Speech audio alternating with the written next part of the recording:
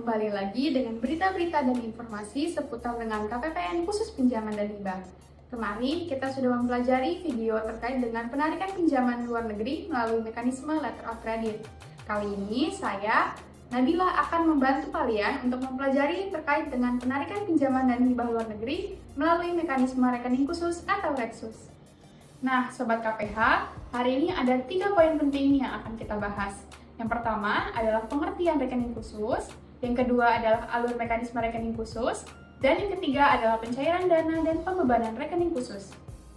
Rekening khusus yang selanjutnya disebut sebagai Reksus adalah rekening pemerintah yang dibuka oleh Menteri Keuangan pada Bank Indonesia atau bank yang ditunjuk untuk menampung dan menyalurkan dana PHLN dan dapat dipulihkan saldonya setelah dipertanggungjawabkan kepada pemberi PHLN. Selanjutnya adalah bagian prosedur penarikan PHLN melalui mekanisme Reksus.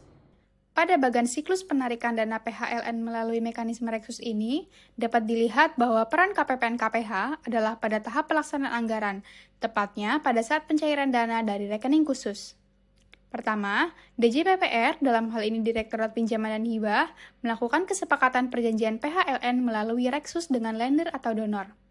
Kedua, DJPPR yang dalam hal ini adalah Direktorat EAS menyampaikan surat keterangan tanggal efektif nomor register atas perjanjian PHLN kepada DJPB yang dalam hal ini adalah Direktorat PKN dan Direktorat SCTP. Yang ketiga, berdasarkan penyampaian surat keterangan tanggal efektif EA, menyampaikan kepada DJPB permintaan pembukuan Reksus dan pengisian inisial deposit. Keempat, setelah Reksus dibuka dan dana Reksus telah tersedia, PA atau KPA atau pejabat yang ditunjuk mengajukan SPM Reksus kepada KPPN dengan melampirkan dokumen yang dipersyaratkan. Yang kelima, proses penerbitan, pembebanan, dan pertanggungjawaban SPDOD Reksus mengikuti ketentuan perundang-undangan mengenai pelaksanaan sistem perbendaharaan dan anggaran negara. Yang keenam, dalam hal pembebanan Reksus, refund saldo Reksus, dan penutupan Reksus akan dilakukan oleh DJPB yang dalam hal ini adalah Direktorat PKN. Ketujuh, untuk pengisian kembali Reksus, EA mengajukan surat penarikan dana atau withdrawal application Reksus dengan dilampiri dokumen pendukung yang dipersyaratkan dalam perjanjian PHLN kepada DJPB, dalam hal ini Direktorat PKN. Kedelapan, Satker dan EA melakukan penyelesaian proyek hingga selesai dengan menggunakan mekanisme Reksus. Nah, sekarang kita akan membahas tentang pencairan dana dan pembebanan Reksus. Kira-kira gimana ya prosesnya?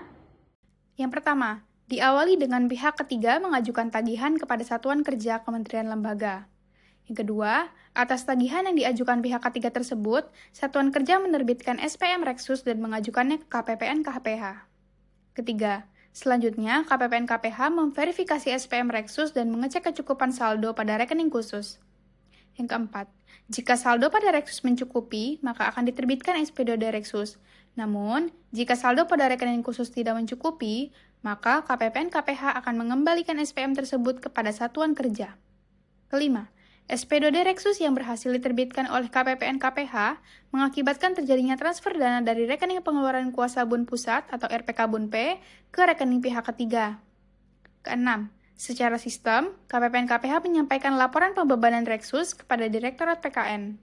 Dan yang terakhir, Direktorat PKN melakukan proses bank account transfer dari rekening khusus ke rekening kas umum negara. Demikian penjelasan mengenai proses penarikan pinjaman dan hibah luar negeri melalui mekanisme rekening khusus.